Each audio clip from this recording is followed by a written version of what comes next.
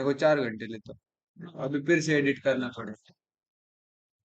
Section chapter number 2 unit 3 transfer of ownership and delivery. Ownership के transfer की बातें section number 18 से लेके 26 तक हो रही थी, और डिलीवरी की बातें उसके बाद में हो रही थी। ठीक है, तो पासिंग ऑफ प्रॉपर्टी की बातें करते हैं। सेक्शन नंबर 18 क्या बोलता, गुड्स असर्टन होने चाहिए तभी अपन प्रॉपर्टी ओनरशिप जो है वो ट्रांसफर कर सकते। COS मतलब contract of sale. Contract of sale of unascertained goods अगर है तो प्रॉपर्टी ट्रांसफर होगा ही नहीं, अनलेस एंड अनटिल गुड्स कैसे असर्टन। अनअसर्टन का कॉन्ट्रैक्ट नहीं कर सकते। अगर कॉन्ट्रैक्ट ऑफ सेल करना है तो गुड्स चाहिए असर्टन।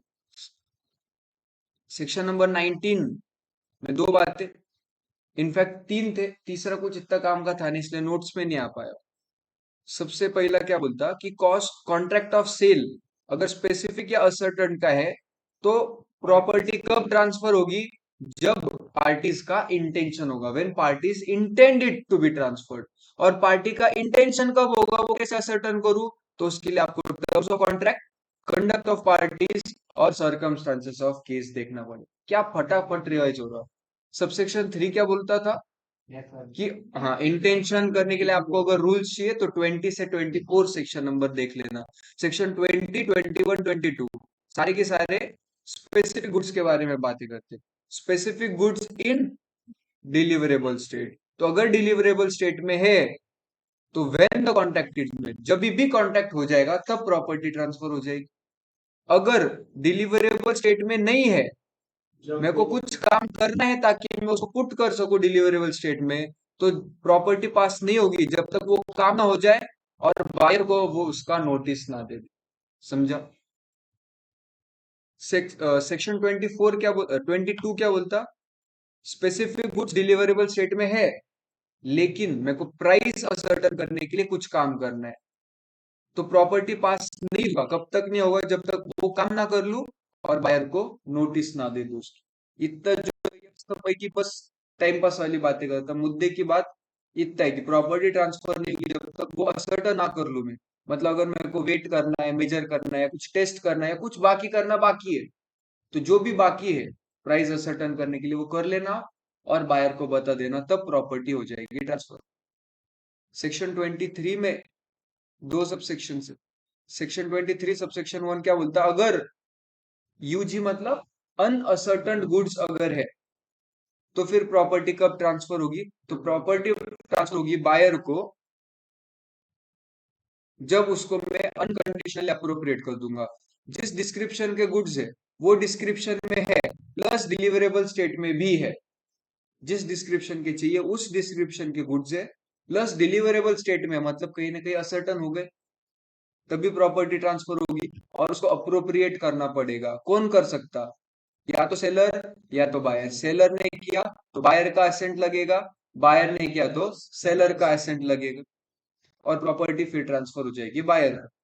अब ये जो असेंट है वो एक्सप्रेस भी रह सकता, इम्प्लाइड भी रह सकता, बिफोर भी रह सकता, आफ्टर अप्रोप्रिएशन भी रह सकता। ठीक है। सबसेक्शन 2 क्या बोलता है, डिलीवरी टू कैरियर। एक बार अप्रोप्रिएशन मतलब सिलेक्टिंग द गुड्स, गुड्स को सिलेक्ट करके डिलीवरी कर देना। डिलीवरी टू कैरियर, एक बार मैंने कैरियर को डिलीवरी दे दी और मेरे पास कोई भी राइट ऑफ डिस्पोजल नहीं है, तब जाके मैं मान लूंगा कि गुड्स अप्रोप्रिएट हो चुके। और अप्रोप्रिएट हुआ मतलब सेक्शन 20 सेक्शन 1 के हिसाब से प्रॉपर्टी ट्रांसफर हो गई। समझा। डिलीवरी अगर मैंने कैरियर को दे दी और कोई भी राइट रिजर्व नहीं किया, सेक्शन 25 बोलता अगर राइट रिजर्व कराए तो क्या होगा, अगर रिजर्व नहीं कराए तो 23(2) बोलता है कि प्रॉपर्टी ट्रांसफर हो गई। सेक्शन 24 क्या बोलता है, गुड्स एंड ऑन अप्रूवल। तो अगर मैंने सिग्निफाई कर डाला मेरा अप्रूवल तो प्रॉपर्टी ट्रांसफर हो जाएगी। मैंने सिग्निफाई नहीं किया लेकिन रिटेन करके गुड्स, तो फिर क्या होगा, रिटेन अगर करा है मैंने बिना कोई रिजेक्शन का नोटिस दिए, तो अगर टाइम फिक्स किया था तो वो टाइम एक्सपायर हो गया, अगर टाइम फिक्स नहीं किया था तो रीजनेबल टाइम एक्सपायर हो गया। उसके बाद अपन अज्यूम कर लेंगे प्रॉपर्टी जो है वो बायर को ट्रांसफर हो गई। समझा कि ये एकदम मस्त होगी। 25 होता reservation of right of disposal. मतलब मैंने कैरियर को डिलीवरी दी, उसको बोला तू ट्रांसमिट कर लेके जा बायर तक, कैरियर को बोला, लेकिन अगर मैंने बीच में से तेको फोन किया ना तो फिर से आ जाना, उसको डिलीवरी मत दो। मतलब मैंने राइट ऑफ डिस्पोजल मेरे पास ही रखा, ठीक है, जब तक कोई एक कंडीशन सेटिस्फाई ना हो जाए। तो जब तक वो कंडीशन सेटिस्फाई नहीं होती तब तक बायर के पास प्रॉपर्टी ट्रांसफर नहीं होगी। समझाइए, अगर राइट्स रिजर्व्ड है ताकि कोई कंडीशन फुलफिल हो, तो जब तक वो फुलफिल नहीं होगी तब तक प्रॉपर्टी ट्रांसफर नहीं होगी। सबसेक्शन 1 था। सबसेक्शन 2 क्या बोलता, अगर मैंने रेलवे एडमिनिस्ट्रेशन के पास अगर दिया है और बिल ऑफ लैडिंग दे दिया है उसको, मैंने बिल ऑफ लैडिंग दिया या रेलवे रिसीट दिया, उस पर अगर खुद का या बाय ऑर्डर लिखा तो फिर मैंने राइट रिजर्व किया है, प्रॉपर्टी ट्रांसफर नहीं होगी। लेकिन अगर मैंने बायर का नाम लिख दिया तो प्रॉपर्टी ट्रांसफर हो जाएगी 23(2) के हिसाब से। लेकिन अगर मैंने खुद का नाम लिखा है और साथ में बिल ऑफ एक्सचेंज दिया, तो अगर वो बिल ऑफ एक्सचेंज उसने ऑनर कर दिया, किसका नाम लिखा है मैटर नहीं करता, प्रॉपर्टी ट्रांसफर हो जाएगी। सेक्शन 26 हलू से क्या बोलता है, रिस्क जो है वो प्रॉपर्टी के साथ ट्रांसफर हो जाएगा। मतलब 18 से लेके 25 तक आप आपका दिमाग लगाओ। दिमाग लगाने से अगर ये पता चला कि प्रॉपर्टी ट्रांसफर हुई तो साथ साथ में रिस्क भी ट्रांसफर हो गई, ये बोलेगा सेक्शन 26। समझा, प्रॉपर्टी की बातें नहीं करता 26, प्रॉपर्टी की बातें 25 तक होती है। 26 बोलता अगर प्रॉपर्टी हो गई ट्रांसफर तो रिस्क भी हो जाएगी। Goods remain at sellers risk जब तक प्रॉपर्टी ट्रांसफर नहीं होती, लेकिन अगर प्रॉपर्टी ट्रांसफर हो गई तो फिर गुड्स जो है वो बायर के रिस्क पे रहेंगे। उसको डिलीवरी मिली या नहीं मिली मेरे को फर्क नहीं पड़ता, प्रॉपर्टी ट्रांसफर हुई क्या नहीं देखेंगे आप। समझा, मतलब स्पेसिफिक गुड्स है डिलीवरेबल स्टेट में है वो नहीं लेके गया, डिलीवरेबल स्टेट में है, स्पेसिफिक गुड्स है, सेक्शन नंबर 20 लगेगा, प्रॉपर्टी ट्रांसफर हो गई, अब कुछ खराब हुआ तो रिस्क बायर की है मेरी। समझ रहा ना, ये एग्जाम में सारे सेक्शन वाइज ऐसे मस्त पैकी लिख के आएंगे अपन। उसके बाद अभी टाइटल की बातें होने वाली, 27, 28, 29 30, 4 सेक्शन अपने पास। ट्रांसफर ऑफ टाइटल तो सेल, सेक्शन 27 क्या बोलता है, एखादे पर्सन ने सेल किया जो कि ओनर नहीं है, तो अपन दो चीजें देखेंगे, दो चीजें देखेंगे, क्या बायर का कंसेंट था या बायर की अथॉरिटी थी, सॉरी क्या सेलर का कंसेंट या अथॉरिटी थी। तो वो भी अगर नहीं थी, अगर उसके पास नहीं थी, तो फिर बायर नो बेटर, बायर को ऐसा टाइटल मिलेगा ही नहीं जो सेलर का था। मतलब सेलर के पास टाइटल था क्या, तो बायर को मिलेगा क्या। मतलब अगर जो जो बंदा सेल कर रहा है उसको जो ओनर है, जो ओनर है गुड्स का, उसकी अगर अथॉरिटी या कंसेंट नहीं है उसके पास, तो प्रॉपर्टी ट्रांसफर, टाइटल ट्रांसफर नहीं होगा। टाइटल ट्रांसफर होने के लिए जो सेलर है उसके पास अथॉरिटी चाहिए सेल करने की। समझा क्या, आए समझा, हर्षित सुत्तो की। उसके बाद अगर मर्केंटाइल एजेंट ने बेच दिया तो फिर तो कुछ टेंशन नहीं आएगा, मर्केंटाइल एजेंट बेच सकता है, ये वैलिड कॉन्ट्रैक्ट रहेगा। जो बायर है गुड फेथ में काम करना चाहिए और उसको ये अथॉरिटी वगैरह के बारे में कुछ पता नहीं रहा तो भी। सेक्शन 28 क्या बोलता है, sale by one of the joint owner, क्या एक ये फोन 10 जन मिलके ओन करते तो एक बंदा अकेला बेच सकता क्या, हाँ बेच सकता। टाइटल ट्रांसफर होगा क्या लेकिन, हाँ वो भी ट्रांसफर हो जाएगा at the time of contract of sale. Notice अगर नहीं है, उसको बायर को पता ही नहीं है कि ऐसे ऐसे जॉइंट ओनर या कुछ है उनमें कुछ घोटाला हो रहा, तो फिर प्रॉपर्टी ट्रांसफर हो जाएगी। गुड फेथ देखेंगे अपन बायर का, और क्या देखेंगे कि बायर को पता ही नहीं है कि ऐसे कुछ चल रहा जॉइंट ओनर या कुछ है, तो फिर प्रॉपर्टी ट्रांसफर, टाइटल ट्रांसफर हो जाएगा। सेक्शन 29 बोलता अगर वॉइडेबल कॉन्ट्रैक्ट के अंदर कोई एक पर्सन के पास पोजीशन था और उसने बेचा, तो फिर क्या टाइटल ट्रांसफर होगा, वॉइडेबल कॉन्ट्रैक्ट है, फिर भी टाइटल ट्रांसफर हो जाएगा। इंपॉर्टेंट क्या है इसमें कि बायर जो है उसको गुड फेथ चाहिए और without notice of defective title, उसको पता ही नहीं था कि जिसने बेचा वो वॉइडेबल कॉन्ट्रैक्ट के अंदर मेरे को बेचा, वॉइडेबल कॉन्ट्रैक्ट था, वो उसका उसका देख लेगा, उसके और मेरे बीच में जो कॉन्ट्रैक्ट हुआ वो वैलिड है और सेल हो जाएगा, मेरे को टाइटल मिल जाएगा। सेक्शन 30 में दो चीजें, ये क्या बोलता, बस समझते चलो वहां पे मार्किंग है। सेक्शन 30 सबसेक्शन 1 बोलेगा कि अगर मैं सेलर है, मैंने सेल किया और पोजीशन मेरे पास ही है और मैंने किसी और को फिर से सेल कर दिया, तो जो दूसरा बायर है उसको टाइटल ट्रांसफर हो जाएगा। ठीक है, गुड फेथ में चाहिए वो बस। और दूसरा सबसेक्शन 2 क्या बोलता, कि मैं बायर हूं, सामने वाले ने मेरे को बेचा और मैंने क्या बोला, ये पैसे मैं बाद में दूंगा, अगर बाद में नहीं दे तो आप फोन ले जाना मेरे से, और पैसे भरने के पहले ये मैंने दूसरे को बेच दिया, तो क्या फिर टाइटल ट्रांसफर होगा? फिर भी टाइटल ट्रांसफर हो जाएगा। गुड फेथ वगैरह चाहिए उसके। तो सेक्शन 27, 28, 29, 30 चारों की चारों में, नहीं 27 में नहीं, बाकी तीनों में ना गुड फेथ। हाँ, टाइटल भी ट्रांसफर हो रहा, क्योंकि गुड फेथ भी लगेगी, गुड फेथ और टाइटल ट्रांसफर। 27 में टाइटल ट्रांसफर नहीं होता, इसलिए गुड फेथ की बातें भी नहीं होंगी।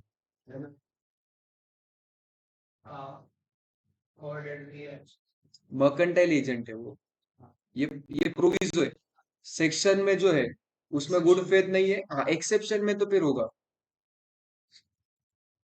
चलो, performance of contract section number 31 बोलता है duties of buyer and seller. Seller की ड्यूटी क्या है? डिलीवरी देना। बायर की ड्यूटी क्या है? Accept any pay. Section 31। Section 32 बोलते हैं, चलो सेक्शन 32 क्या बोलता, payment and delivery are concurrent, मतलब एक साथ। By seller shall be ready and willing to give possession in exchange of price, and your buyer shall be ready and willing to pay in exchange of possession।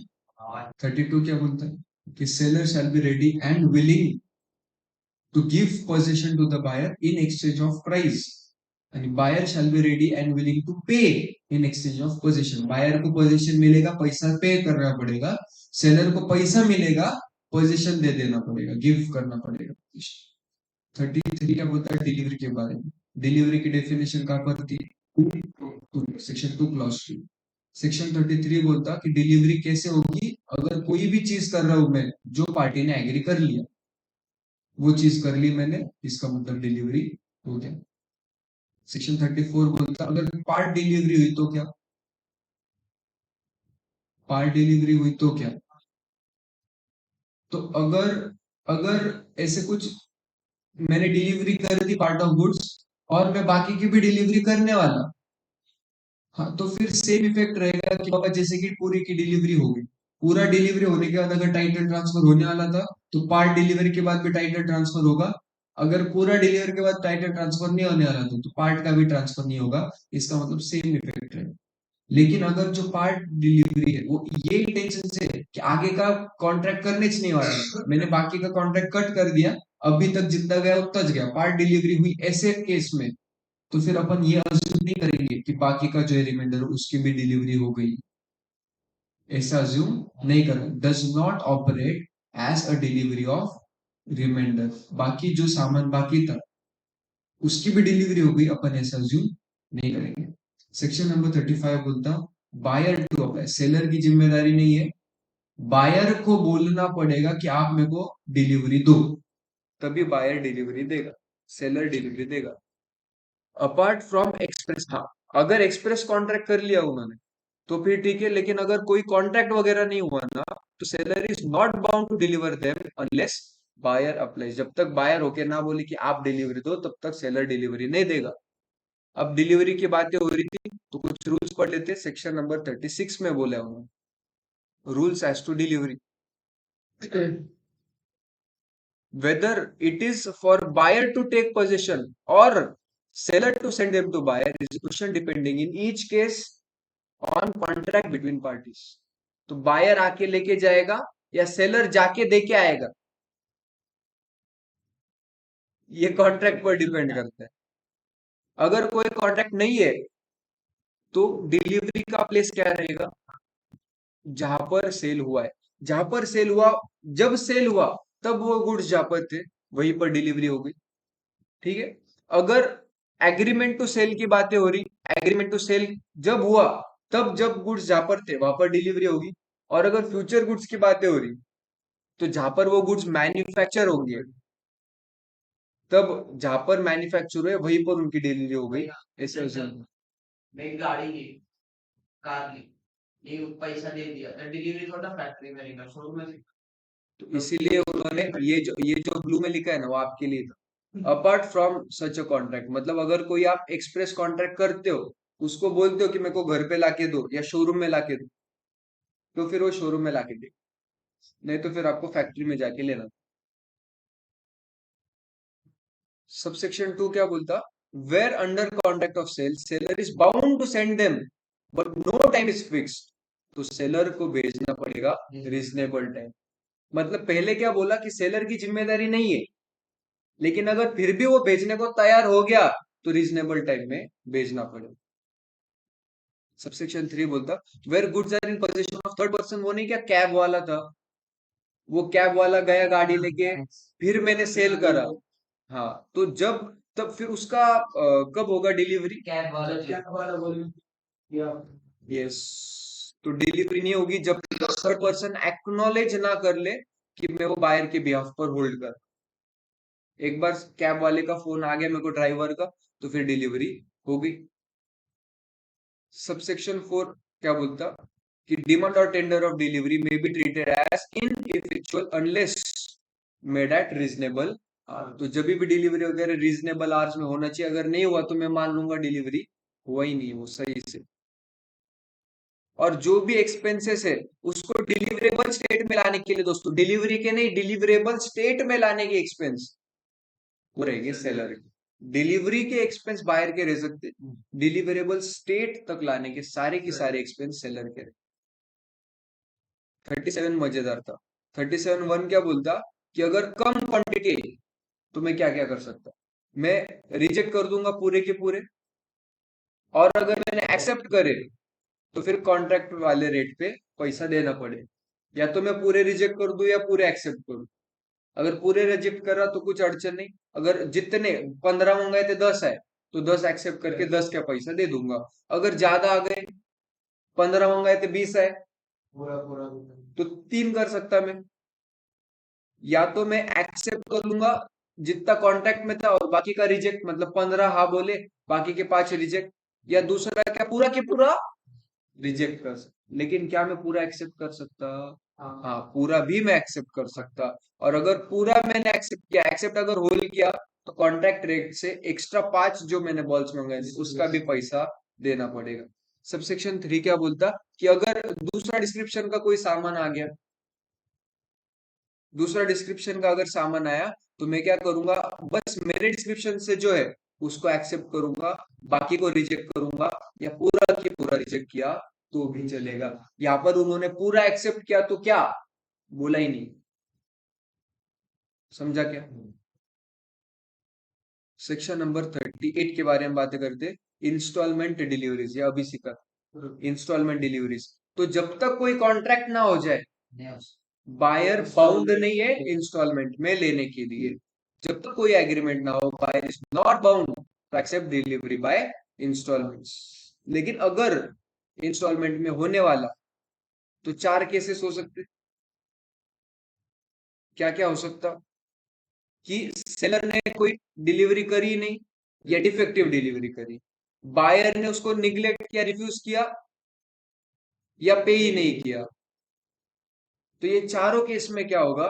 वो question है उस case का, terms of contract का, कि बाबा ये breach of reputation है, पूरा contract खत्म कर दूं, या सेवरेबल ब्रीच है बस कंपेंसेशन। समझा क्या? एक बार फिर से करते, सेक्शन 38 सबसेक्शन 2। अगर मैंने कॉन्ट्रैक्ट कर लिया कि इंस्टॉलमेंट चलेगा, और अगर चारों में से कोई एक कुटाना हुआ, तो मेरे को देखना पड़ेगा चार कुटाने क्या, डिलीवरी हुई नहीं या डिफेक्टिव डिलीवरी, ये सेलर के तरफ से हुए, बायर ने पे नहीं किया या एक्सेप्ट नहीं किया, ये बायर के तरफ से हुई। ये चारों कुटाने में मेरे को उस केस में झांक के देखना पड़ेगा कि पूरा कॉन्ट्रैक्ट खत्म कर देना पड़ सकता है। और अगर वो जो इंस्टॉलमेंट है वो सेवरेबल है, तो फिर उसका कंपेंसेशन लूंगा पूरा कॉन्ट्रैक्ट खत्म होने का। वो केक वाला एग्जांपल याद रख। सेक्शन नंबर 39 बोलता है delivery to can.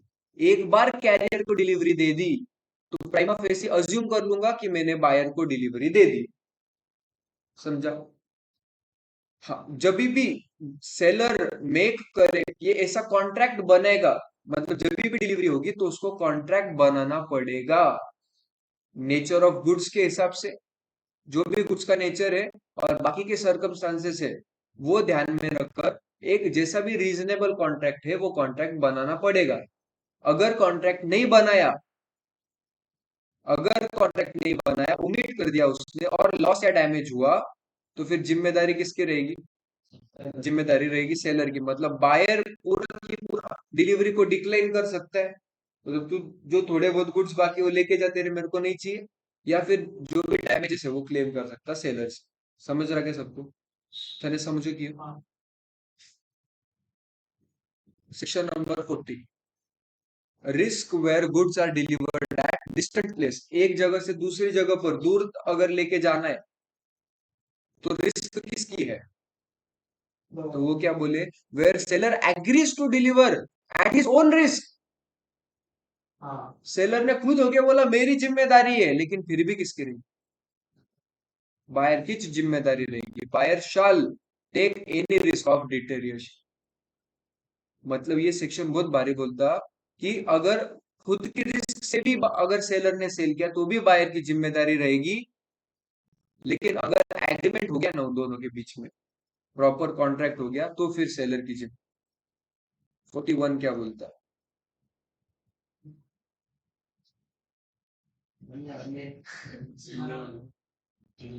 Buyers right of examine. क्या बायर के पास राइट है एग्जामिन करने के? है क्या?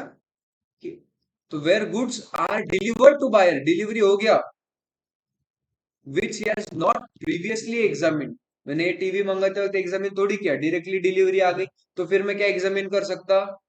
हाँ, तो ये अपन अज्यूम नहीं करेंगे कि उसने एक्सेप्ट कर लिया है जब तक मेरे को रीजनेबल अपॉर्चुनिटी नहीं मिलता एग्जामिन करने का। इसलिए मैंने क्या किया था, जब आया ना डिलीवरी, मैंने एग्जामिन करा नहीं। मतलब डिलीवरी हुई क्या, मैंने एक्सेप्ट किया क्या? नहीं। जब वो दूसरा इंस्टॉल करने वाला है उनका बंदा, उनके सामने मैंने एग्जामिन करा और फिर तब जाके एक्सेप्टेंस कंप्लीट हुआ। समझा तुमको? एक्सेप्टेंस की बात सेक्शन 42 में भी होने वाली। सब सेक्शन 2 क्या बोलता है कि unless otherwise agreed, when seller tenders delivery of goods, he is bound on request to afford buyer reasonable opportunity of examining the goods। जब भी डिलीवरी सेलर ने करा तो बायर को अपॉर्चुनिटी मिलनी चाहिए कि वो गुड्स को एग्जामिन कर ले। जब तक गुड्स को अपन एग्जामिन नहीं करेंगे, देखेंगे नहीं वो सही है कि नहीं, तब तक अपन एक्सेप्ट किया अपन ने ऐसे अज्यूम करेंगे नहीं। जब तक एक्सेप्टेंस नहीं होता तब तक कॉन्ट्रैक्ट थोड़ी खत्म होगा। Acceptance, buyer is deemed to have accepted the goods. तीन चीजें देखेंगे, या तो मैंने खुद होके इंटीमेट किया सेलर को, दूसरा मैंने कुछ एक्ट किया जो कि inconsistent with ownership of seller है, या फिर रीजनेबल टाइम लैप्स हो गया, मैंने रिजेक्ट करा ही नहीं। समझा क्या? लास्ट दो खत्म है। उसके बाद सेक्शन नंबर 43 क्या बोलता कि बायर की जिम्मेदारी नहीं है, अगर उसने गुड्स को रिजेक्ट किया तो रिटर्न करो, बस इंटीमेट करना पड़ेगा। बस इंटीमेट कर दिया सेलर को तो वो सफिशिएंट रहेगा, not bound to return the goods. हाँ, बस मैंने फोन करके बोला ये रिजेक्ट किया है मैंने, तू तेरा देख ले क्या करने का, इट्स ओके, सफिशिएंट। लास्ट में क्या बोला, liability of buyer for neglecting और रिफ्यूजिंग द डील। मतलब सामने वाला आके देके जा रहा, मैंने लिया नहीं, या सामने वाले ने फोन करके बोला लेके जाओ भैया, मैं गया नहीं लेने को, तो फिर क्या हो सकता? तो buyer is liable to seller for loss. अगर कोई लॉस हो गया सेलर को तो मेरे को देना पड़ेगा, जैसे रेंट वगैरह कुछ, और रीजनेबल चार्जेस भी देना पड़ेगा क्योंकि मेरे बिहाफ पे होल्ड कर रहा, तो उसको जो चार्ज बन रहा वो भी देना पड़ेगा। हल से प्रोविजन डाल के बोला कि लॉस वगैरह जो है, इसका मतलब ये नहीं कि आपको कॉन्ट्रैक्ट भी करना, आप चाहो तो कॉन्ट्रैक्ट को रिप्यूडिएट भी कर सकते, कुछ अड़चन नहीं। समझा? मतलब ये फोन था, या कोई समझो पेरिशेबल आइटम है, मैंने उसको बोला लेके जा खराब होएगा, लेके जा, वो नहीं लेके जा रहा, तो मैं और किसी और को बेच सकता क्या? बेच सकता है। मैंने वो कॉन्ट्रैक्ट रेप्यूडिएट कर डाला, मैं बेच दूंगा, प्लस उससे डैमेजेस भी लूंगा अगर कुछ हुआ तो। अभी कितना डैमेज अगर गुड्स बेचो नहीं बेचो ना, आज बेचना था लेकिन कल बेचा, तो एक दिन में उसकी क्वालिटी कुछ तो डिटीरियरेट होगी, तो सस्ते में बेचना पड़ेगा। तो वो जो सस्ते में बेचा उतना डैमेज में क्लेम कर, खतरनाक है। समझा कि दोस्तों?